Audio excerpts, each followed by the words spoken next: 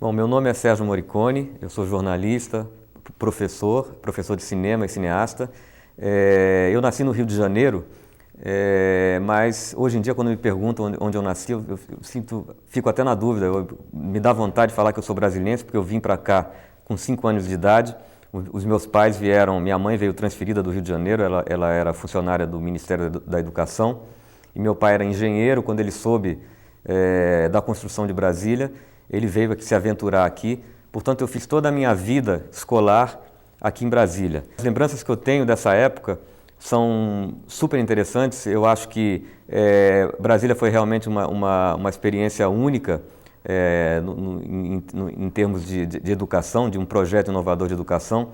O que eu me lembro que já criancinha, eu estudei em todos os colégios que a gente pode chamar do quadrilátero fundamental do Lúcio Costa, que engloba 4 quadras. Eu estudei no jardim de infância, estudei na Escola Parque e estudei na 107 Sul. São todas escolas que ficam nessas quadras 7, 8, 9, 6, 7, 8 e 9, que contam com uma unidade de vizinhança, ou seja, são unidades autônomas que formam um conjunto de convivência ideal, idealizado pelo Lúcio Costa.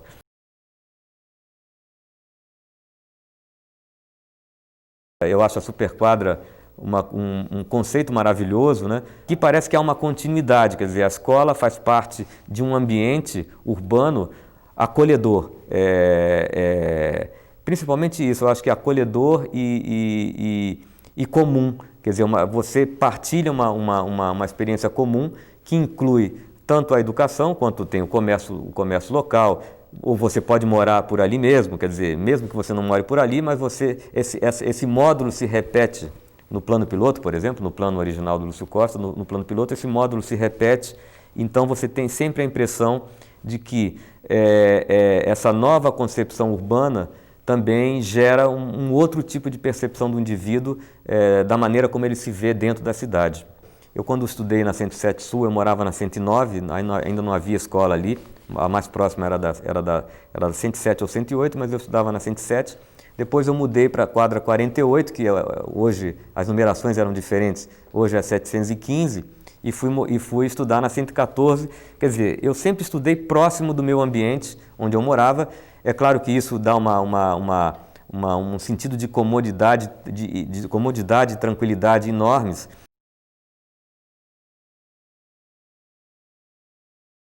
A escola da 114 era um modelo em termos arquitetônicos. E eu acho que isso tem uma influência muito grande na educação, porque eu, nos anos que eu fiz do primário na escola da 114, eu nunca me esqueci que eu estudava numa sala de aula que tinha um jardim interno, em que a professora deixava que nós colocássemos as cadeiras no jardim e estudássemos as matérias, que era super agradável.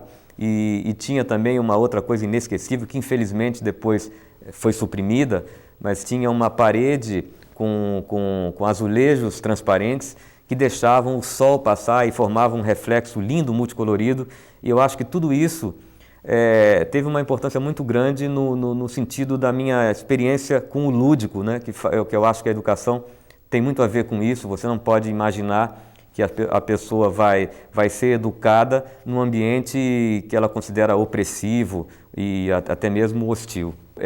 Eu me lembro, de um modo geral, de todos os professores que eram sempre pessoas sábias, que me passavam alguma coisa, um tipo de conhecimento, que eu vou repetir aqui a palavra humanista, que a educação estava ligada a valores, valores éticos e morais. Nos anos que eu estudei o primário, o ginásio e mesmo o científico, na época era essa a divisão, os professores sempre foram pessoas a quem a gente respeitava muito, porque a gente ainda admitia uma missão nobre na profissão do professor.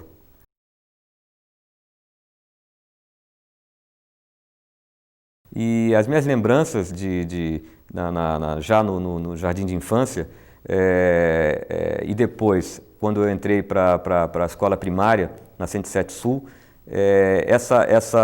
esse conceito de educação já se fazia sentir mesmo no cotidiano, né? Eu me lembro que muito criança ainda, para dar uma ideia do que era essa concepção de educação aqui em Brasília, eu quando era criança assisti projeções de filmes. Eu vi Deus e o Diabo na Terra do Sol, provavelmente devia ser em 1965, projetado na lateral do prédio da 108 Sul.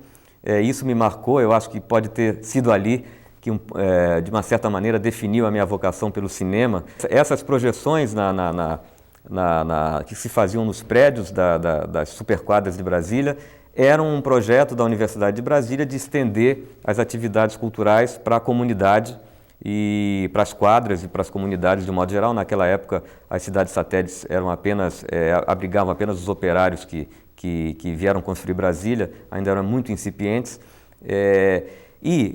Junto com essa experiência que eu tive de ver esses filmes projetados na lateral dos prédios, eu me lembro que nesse quadrilátero que eu mencionei, havia ali a Escola Parque, havia o Cine Cultura, havia o Cine Brasília, quer dizer, havia todo um ambiente que propiciava uma formação, que eu diria, humanista, né? Quase que holística, né? Você estudava nas escolas e você tinha várias atividades paralelas, culturais, nesse mesmo ambiente. Eu estudei pessoas das mais diversas classes sociais, pessoas que eram da elite de Brasília, da elite dos construtores de Brasília, e nós estudávamos junto com todo mundo e nunca passou pela nossa cabeça, e a gente sabe que a criança percebe isso muito bem, quando ela estuda num colégio caríssimo, ela sabe que ela está estudando num colégio caríssimo, que ela pode estudar na escola caríssima porque o pai faz parte de uma elite, e isso está muito nítido hoje nessa nossa sociedade pragmática, que eu diria, né? que é competitiva e pragmática. Então, essas noções básicas que transcendem até a educação, que são questões éticas e tudo mais, da maneira como o indivíduo se vê como cidadão, isso tudo se expressa também na forma como o ensino se organiza. E a lembrança que eu tenho da educação em Brasília, ou da educação pública no início de Brasília, até o início dos anos 70, é que isso não era uma questão que se colocava de forma nenhuma, ela era invisível. E eu posso dizer isso com uma certa consciência disso, porque eu passei pelo processo de mudança, quando a escola pública vai perdendo a relevância e vai cedendo lugar para a escola privada.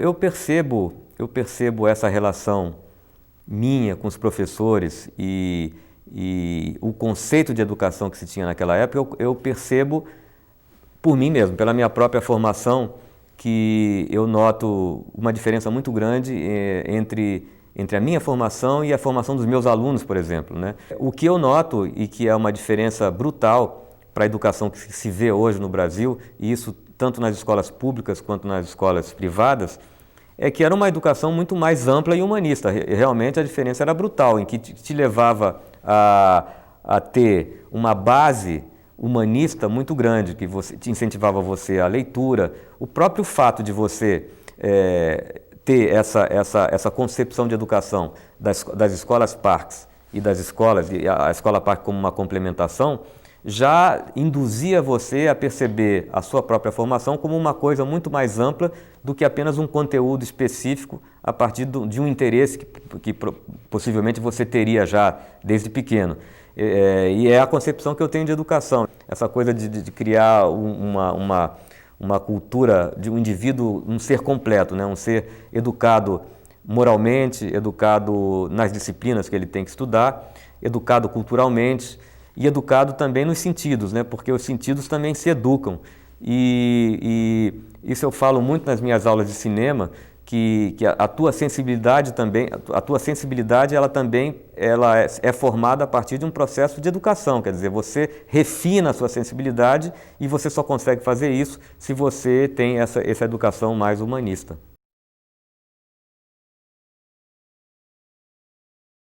Você estudava nas escolas e você tinha várias atividades paralelas, culturais, nesse mesmo ambiente.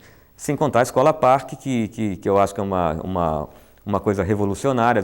As escolas parques abrigavam os alunos de várias escolas e davam uma formação em todos os campos da cultura, e eu acho que isso é também muito marcante, é muito diferente de você ter aula de educação artística na sua própria escola. Quer dizer, você saía para um outro ambiente que te proporcionava a possibilidade de tentar descobrir vocações ali, e mesmo que a pessoa não se encaminhasse para uma atividade artística, cultural, ela se formava como indivíduo também preocupado com as questões da arte e da cultura.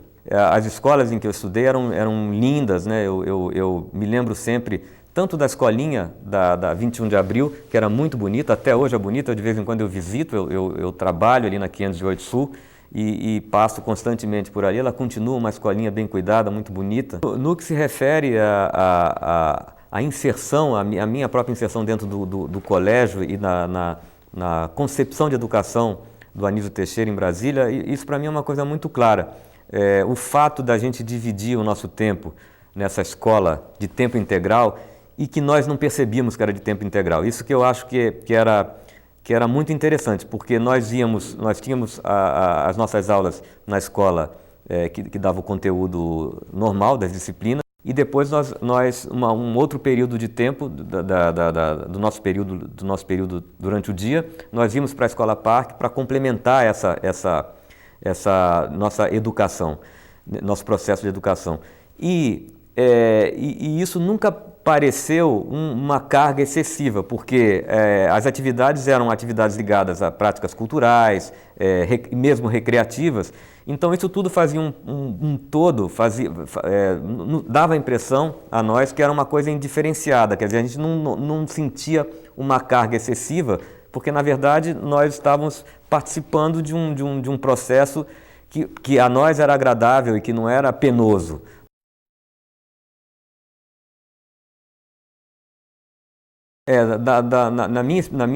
Nas lembranças que eu tenho da minha vivência na infância e na adolescência, nas escolas de Brasília, eu vejo hoje, é claro que a gente tem uma percepção hoje muito mais crítica, diferente do sentido que você tem quando você é criança, que você apenas vive aquela experiência. E o que eu sinto muito forte em mim é que a experiência da educação dentro das escolas, da escola classe e da escola parque e tudo mais, ela fazia parte de um conjunto, era como se fossem uma coisa só. A experiência da vida nas superquadras, eu vejo a questão educacional em Brasília, o projeto de educação em Brasília, muito próximo do projeto do próprio Lúcio Costa. Quando ele concebeu as superquadras, ele imaginou uma coisa utópica, socialista, que ele imaginou que o filho de um deputado poderia conviver com o filho de um funcionário subalterno.